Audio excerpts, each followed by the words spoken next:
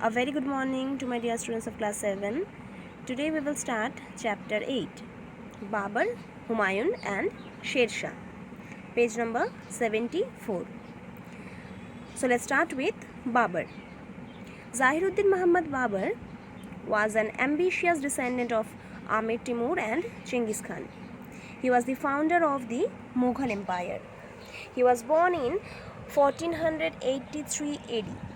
He lost his father Omar Sheikh Mirza in 1494 AD at the age of 11 only. He became the ruler of the small kingdom of Fargana in Central Asia.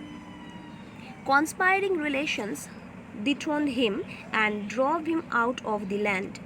The internal troubles in Kabul in 1504 AD provided Babur the ideal opportunity to capture it, and then he turned his eyes to Hindustan.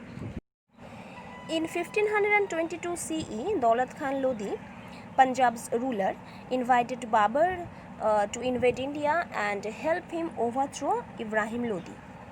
Babur readily responded, and in 1525 AD his troops entered Punjab and occupied Lahore.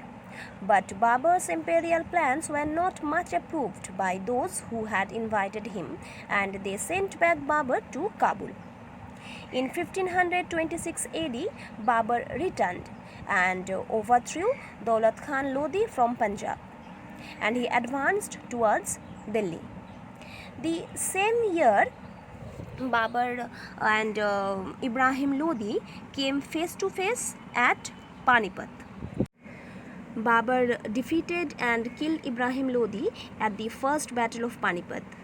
This battle is a landmark in India's history. This battle finally ended the Lodi regime, and Babur brought the vast area till Delhi and Agra under his control.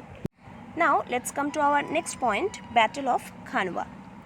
In 1527 CE, the Rajput Confederacy under Rana Sangha of Mewar clashed with Babur's army at Khanwa.